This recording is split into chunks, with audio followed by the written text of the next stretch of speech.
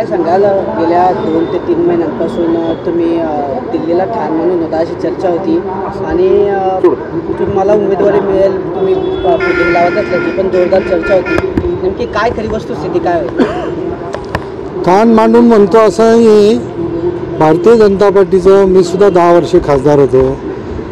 माझं मागच्या वर्षी उमेदवारी दिली नाही मला, मागच्या पंचवार्षिकला. तरी 5 वर्षे मी सक्रिय राजकारणात पक्षाच्याच कामात होतो.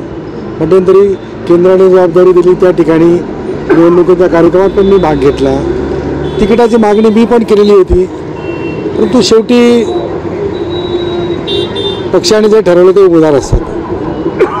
उमेदवार बदलाची चर्चा सुरू आहे, आज तुम्ही बैठक घेतली, तशी काही चर्चा झाली आहे का? कारण भाजपचा उमेदवार बदलेला अशी एक चर्चा. नाराज पण होते ना, हे दवाखाना उमेदवारी मिळाल्यामुळे असं पण बोललं जात आहे.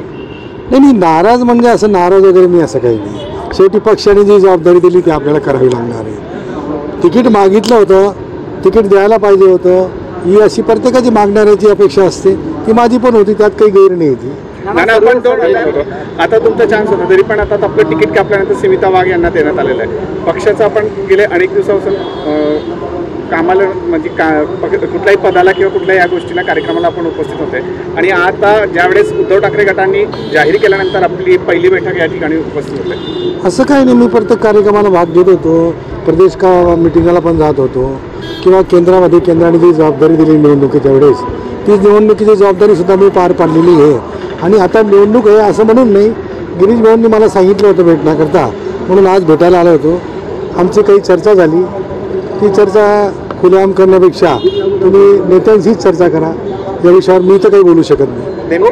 हे कार्यकाळ तुमचा चांगला राहिला, पक्षाने पुन्हा संधी दिली तर कसं वाटतंय, कसं राहील?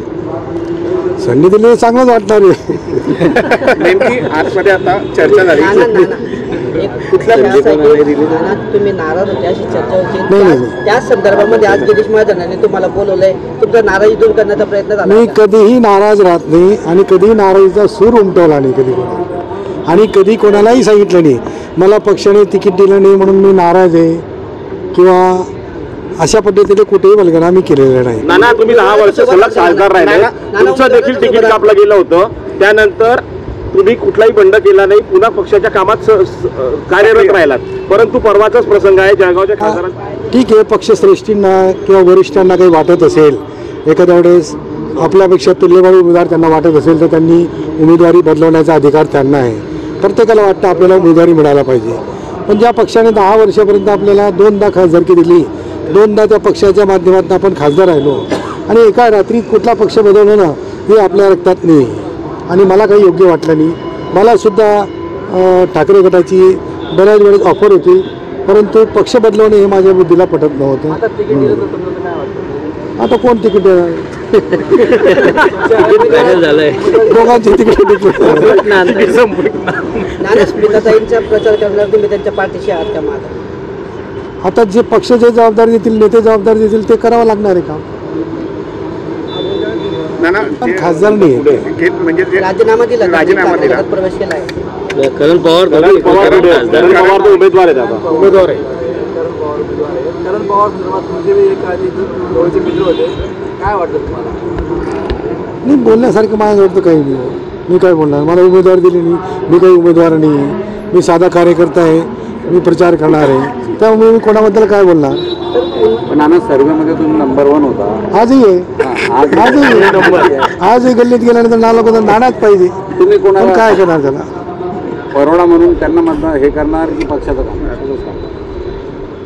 अगदी शेवटचा प्रश्न, पक्षश्रेष्ठीची जबाबदारी येतील ती आपल्याला पार पाडावी लागणार. ना गेल्या वेळी तुमच्यासोबत जे घडलं होतं ते यावेळी उमेश पाटलांसोबत घडलंय, त्यांनी पक्ष पण बदलवला आहे, तर त्यांच्या पक्ष प्रवेशाकडे कसं बघता तुम्ही? ठाकरे तो प्रत्येकाचा वैयक्तिक विचार असतो, तो आपण त्याबद्दल काय बोलणार. ते त्यांना योग्य वाटलं असेल, त्यांनी केलं असेल. माझ्या बुद्धीला पटलं नाही, त्यामुळे मागच्या वेळेसही केलं नाही, ह्या वेळेसही केलं नाही. कदाचित एका वेळेस तुमच्या सर्वांच्या शुभेच्छा असतील तर काहीतरी चांगलं घडेल, चांगली बातमी कळेल. चांगली बातमी मिळेल का तुमच्यावर? नाना, धन्यवाद. जय श्रीराम.